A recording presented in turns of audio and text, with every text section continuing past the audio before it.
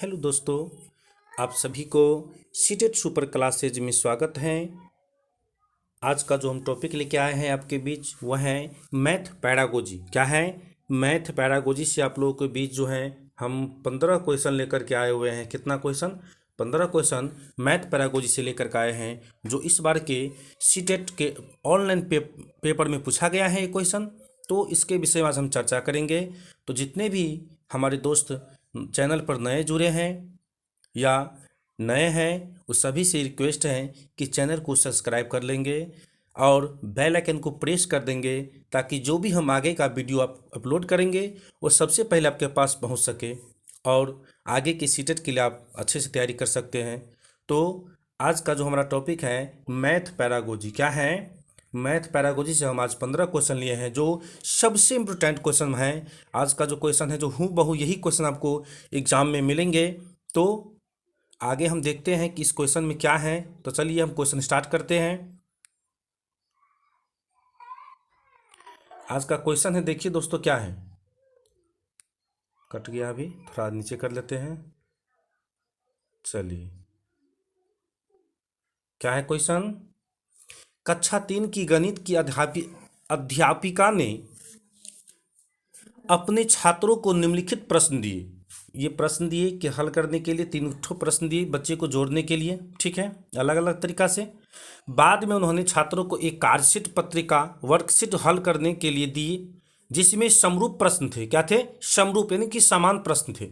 निम्नलिखित कथनों में से कौन सा कथन दी गई स्थिति के लिए उपयुक्त है? तो आगे चलेंगे कि उपयुक्त क्या है, इसके विषय में हम ऑप्शन देखते हैं। क्या है ऑप्शन? है ये देखिए,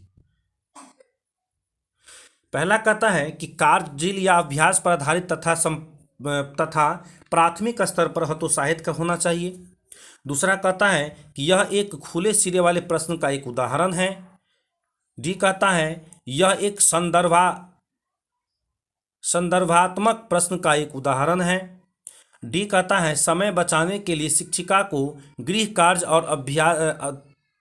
कार्य के तौर पर ऐसे 10 और प्रश्न हल करने के लिए छात्रों को कहना चाहिए। तो बताइए, इस 46 नंबर का क्वेश्चन का जो है राइट आंसर क्या होगा?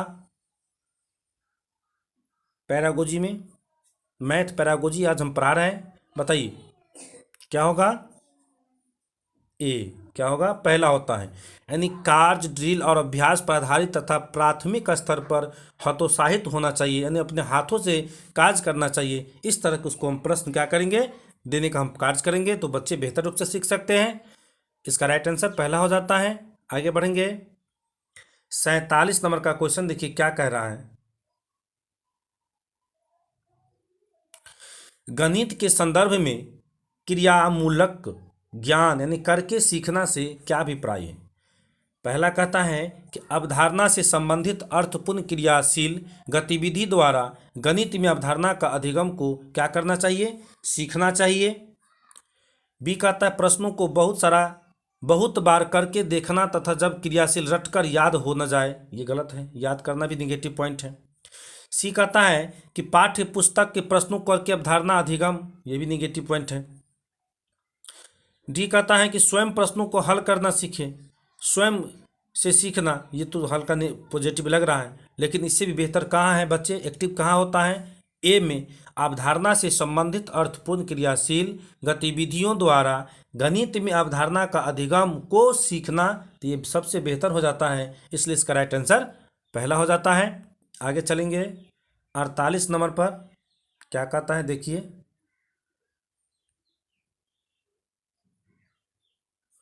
कक्षा में आंकड़ों का प्रबंधन की अवधारणा सम्मिलित करती है। क्या करती है? आंकड़ों का प्रबंधन की अवधारणा जो सम्मिलित करती है। इस आंकड़ों का प्रबंधन में क्या क्या शामिल है? तो पहला कहता है आंकड़ों का निरूपण शामिल है। बी कहता है आंकड़ों का विश्लेषण शामिल है। सी कहता है आंकड़ों का एकीकरण शामिल है। डी कहता है आंकड़ों का संग्रहण शामिल है। तो बताइए सही विकल्प का हम चयन करेंगे तो कौन कौन सा हमारा सही है और कौन गलत है। तो 48 का क्या होगा राइट आंसर, बताएंगे दोस्तों। 48 का जो राइट आंसर होगा वो देखिए दोस्तों, आंकड़ों का निरूपण करना बिल्कुल सही है। आंकड़ों का विश्लेषण भी करना सही है, आंकड़ों का एकीकरण भी करना सही है, लेकिन आंकड़ों का संग्रहण करना क्या है, ये गलत पॉइंट है। तो इस तरह से हमारा जो ऑप्शन बनता है ए बी सी, तो ए बी सी कौन में है, ए बी सी जो है आपको बी ऑप्शन दिखाई दे रहा है कि ए बी सी, इस प्रकार से इसका राइट आंसर बी हो जाएगा। आगे चलेंगे, ये देखिए राष्ट्रीय पाठचर्या रूपरेखा एनसीएफ 2005 से क्वेश्चन पूछा गया है। एक क्वेश्चन तो इससे आना ही है, एक मैथ पैरागोजी में, एक ईवीएस पैरागोजी में, एक हिंदी पैरागोजी में, यानी हर एक पांचों विषय में 5 तो इसे फिक्स है। समझ आइए कि राष्ट्रीय पाठचर्या रूपरेखा, इनको एनसीएफ कहा जाता है, 2005 के विषय में क्या है। तो आगे क्वेश्चन देखते हैं 49 नंबर का, कि राष्ट्रीय पाठचर्या रूपरेखा एनसीएफ 2005 के अनुसार प्रौद्योगिक गणितीय अन्वेषण में सहायता कर सकती है और छात्रों को संकलन यानी व्यस्त करने में सहायक हो सकती है। अतः पहला कहता है कैलकुलेटर के उपयोग की अनुमति विद्यालय सभी परीक्षाओं में देनी चाहिए। ये तो गलत बात है कि हम बच्चे को कैलकुलेटर तो नहीं देंगे, कैलकुलेटर से तुम परीक्षा दो, गलत बात है। पी कहता है कि पेपर पेंसिल की कलन विधि को समाप्त कर देना चाहिए, गलत बात है, समाप्त नहीं होना चाहिए। सी कहता है तकनीकी का उपयोग गणित में अमूर्त अवधारणाओं के शिक्षण अधिगम को सुसाध्य बनाने के लिए किया जा सकता है, सही बात है।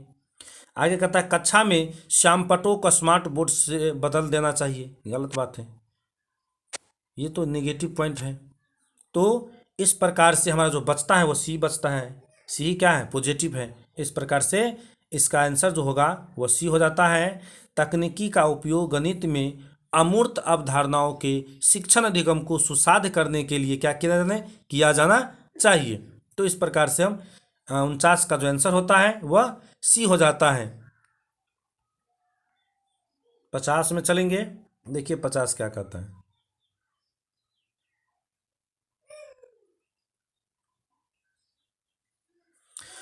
यूनिसेफ समर्थित पहल यानी बाला, क्या कहता है, यूनिसेफ समर्थित पहल यानी बाला, बाला का क्या मतलब है ये बताएंगे दोस्तों। ये क्वेश्चन तो बहुत बार एग्जाम में आया है और सीटेट का जो ऑनलाइन पेपर हुआ है उसमें हर एक कितनी शिफ्ट में क्वेश्चन पूछा है, इसलिए इसको बहुत बढ़िया से समझ लीजिए। बाला यानी पहला का कहता है books as learning aid, B कहता है building as learning aid, C कहता है bulletin board as learning aid, और डी कहता है blade board as learning and. तो बताइए इसका कौन सा परिभाषित होगा या कौन सा इसका फुल फॉर्म होता है, बताएंगे। 50 नंबर का राइट आंसर क्या होगा दोस्तों, तो 50 का जो राइट आंसर होता है वो बी हो जाता है, क्योंकि बाला का जो फुल फॉर्म होता है वो होता है बिल्डिंग एज लर्निंग एड। क्या होता है, बिल्डिंग एज लर्निंग एड, ठीक है। इस प्रकार से बी आंसर हो जाता है। आगे बढ़ेंगे,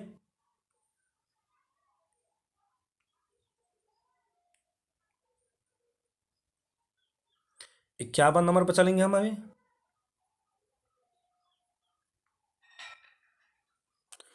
पैटर्न को पहचानना और उनको पूर्ण करना प्राथमिक स्तर पर गणित पाठ्यक्रम का एक अनिवार्य भाग है, जो क्या है, छात्रों में सृजनात्मकता और कला कौशल की विशेषताओं को विकसित करना।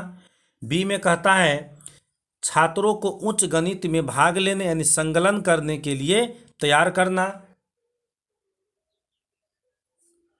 आगे चलेंगे हम,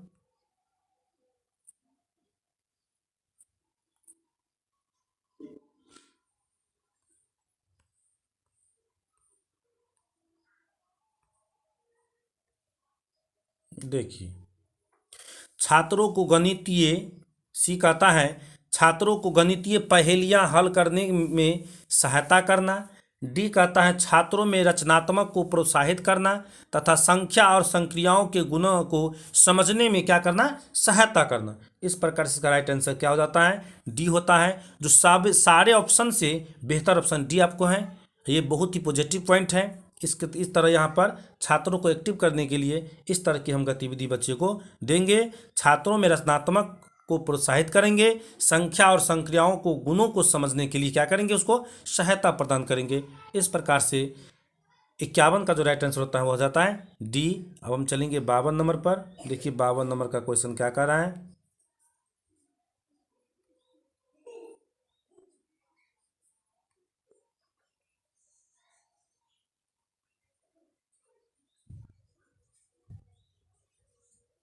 देखिए 52 नंबर का क्वेश्चन क्या कहता है कि कक्षा 3 में आकलन के लिए गणित अध्यापक ने छात्रों की निम्नलिखित पैमाने पर जैसे जैसे संकल्पनात्मक समझ, गणितीय विवेचना, गणित के प्रति उनकी अभिवृत्ति, नए प्रश्नों को हल करना, प्रश्नों को हल करने हेतु बहुल विधियों को ढूंढना इत्यादि के लिए उनकी प्रगति को रिकॉर्ड यानी प्रतिलिपिबद्ध किया। इस प्रकार के आकलन से प्राप्त जानकारी सबसे कम उपयोगी होगी। यानी कम उपयोगी का मतलब होता है दोस्तों कि निगेटिव पॉइंट हमसे पूछ रहा है कि नहीं, कम उपयोगी, अनुपयोगी, इस प्रकार से प्रश्न जो है निगेटिव को दर्शाता है। तो इसमें बताइए कि 4 ऑप्शन से कौन सा इसका राइट आंसर होगा। पहला कहता है विद्यार्थियों को प्रतिपुष्टि प्रदान करने के लिए और उनकी आवश्यकताओं पर आधारित शैक्षणिक योजनाओं को विकास के लिए। दूसरा कहता है बी नंबर का जो विद्यार्थियों को उनके प्राप्तांक अंकों की वरीयता क्रम से व्यवस्थित करके। सी कहता है विद्यार्थियों द्वारा दिए गए सवाल जवाबों प्रश्नों को समझने के लिए। डी कहता है विद्यार्थियों की अभिवृत्ति को समझने के लिए। तो यहाँ पर देखिए दोस्तों 52 नंबर का जो राइट आंसर होता है वह हो जाता है बी। क्यों होता है बी? क्योंकि विद्यार्थियों को अंकों के आधार पर उसको वरीयता हम नहीं दे सकते हैं, ये सबसे निगेटिव पॉइंट है। इसीलिए इसका आंसर जो होता है वह बी हो जाता है कि अंकों के आधार पर उसको वरीयता देकर के सुव्यवस्थित करेंगे। तुम्हारा अंक ज़्यादा है तो तुम ए ग्रेड में जाओ, तुम्हारा अंक कम है तो तुम बी में या सी में चले जाओ। इस तरह की वरीयता हम नहीं देते हैं बच्चे में। इससे बच्चे के विकास में जो होता है गलत अवधारणा का विकास हो जाता है। आगे बढ़ेंगे। आगे क्या है देखिए।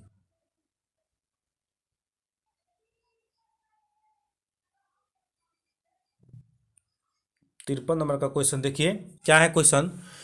एक बच्चा एक बच्चा कहता है कि 1/2 1/3 से छोटा होता है क्योंकि 2 और 3 से छोटा होता है।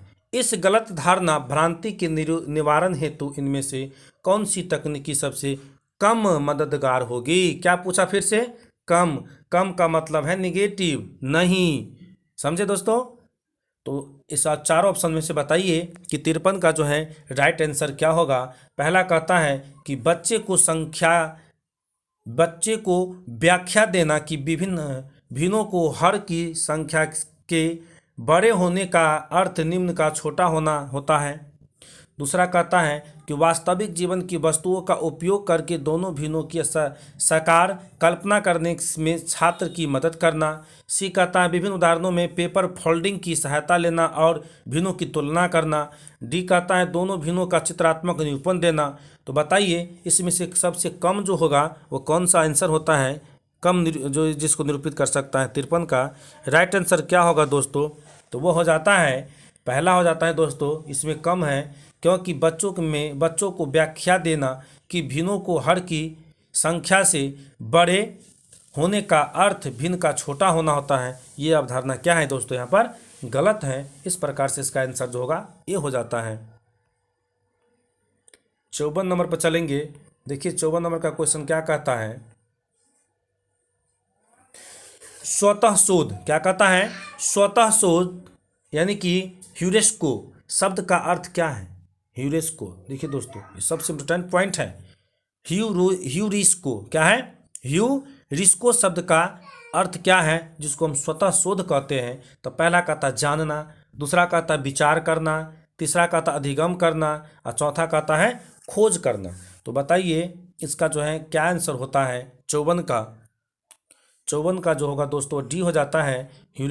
ह्यूरिस्को शब्द का मतलब होता है यानी स्वतः शोध का मतलब होता है कि हम खोज कर रहे हैं, किसी चीज़ को खोजने का काज कर रहे हैं। इसके राइट आंसर जो होता है वो डी हो जाता है सही।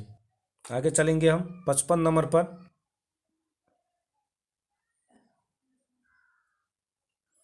देखिए 55 नंबर का क्वेश्चन क्या कह रहा है।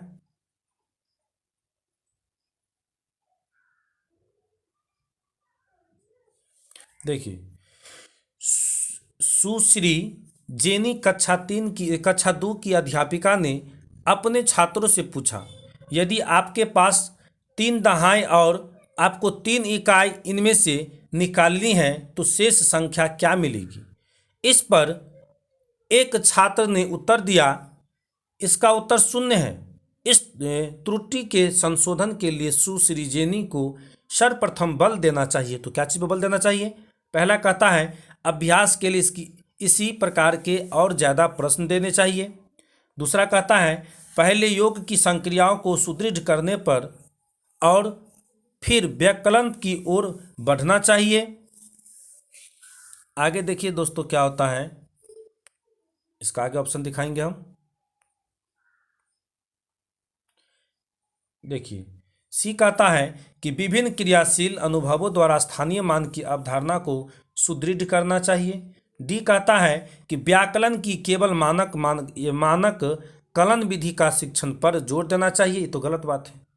इस प्रकार से यहाँ पर बच्चे को जो है ज़्यादा अनुभव कहाँ प्रदान होता है, तो सी ऑप्शन में प्रदान होता है। कहाँ पर, सी पर, कि विभिन्न क्रियाशील अनुभवों द्वारा स्थानीय मान की अवधारणाओं को सुदृढ़ यानी कि हम अच्छे से अच्छे उसको सामने रखेंगे तो उस पर क्या होगा, बच्चे में विकास ज़्यादा होगा। इस प्रकार की समझ विकसित होगा कि हमारा गलती कहाँ हो रहा है। हम स्थानीय मान को समझाएंगे सबसे पहले, तब उसके बाद वो जोड़ घटाव को अच्छी तरह से कर सकता है। इस प्रकार से राइट आंसर जो होता है वह हो जाएगा सी, हो जाएगा राइट आंसर। आगे बढ़ेंगे, चलिए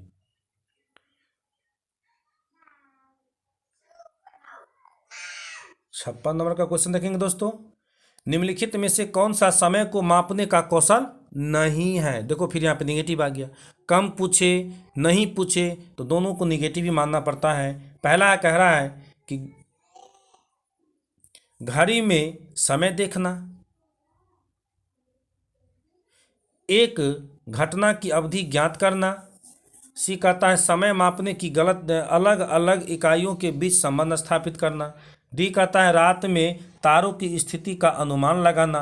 तो बताइए इनमें से कौन सा समय को मापने का कौशल जो है नहीं है। 56 का जो है राइट आंसर क्या होगा दोस्तों, वो हो जाता है डी, रात में तारों की स्थिति का अनुमान लगाना। ये क्या है, निगेटिव पॉइंट है, नहीं होगा, क्योंकि इससे हम अनुपूर्णतः समय को नहीं नाप सकते हैं। ये गलत बात है।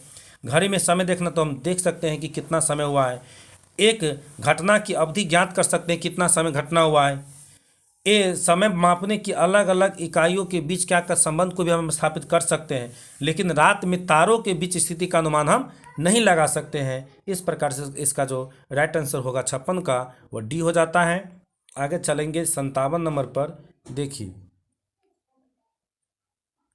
क्या कहता है कि हस्त कौशल सामग्री या प्रतिमान, स्थिर चित्र, लिखित संकेत, मौखिक और लिखित भाषा, वास्तविक संसार की स्थितियां या संदर्भ ऐसे 5 तरीके हैं जो प्रदर्शित करते हैं। क्या करते हैं, हस्त सामग्री का प्रतिमान, स्थिर चित्र, लिखित संकेत, मौखिक और लिखित भाषा, वास्तविक संसार की स्थितियां या संदर्भ ऐसे 5 तरीके जो हैं क्या प्रदर्शित करते हैं, गणितीय विचार को प्रदर्शित करते हैं या ज्यामितीय उत्पत्ति को प्रदर्शित करते हैं। सी में कहता है गणितीय पाठ्यक्रम को करते हैं, या डी में कहते हैं गणितीय शब्दावली को विकसित करते हैं। तो बताइए कि 57 का जो है राइट आंसर क्या हो जाएगा। तो वह दोस्तों पहला होता है, यह गणितीय विचार को प्रकट करते हैं। क्या करते हैं, गणितीय विचार को प्रकट करते हैं। इस प्रकार से इसका राइट आंसर जो होता है वह पहला हो जाएगा।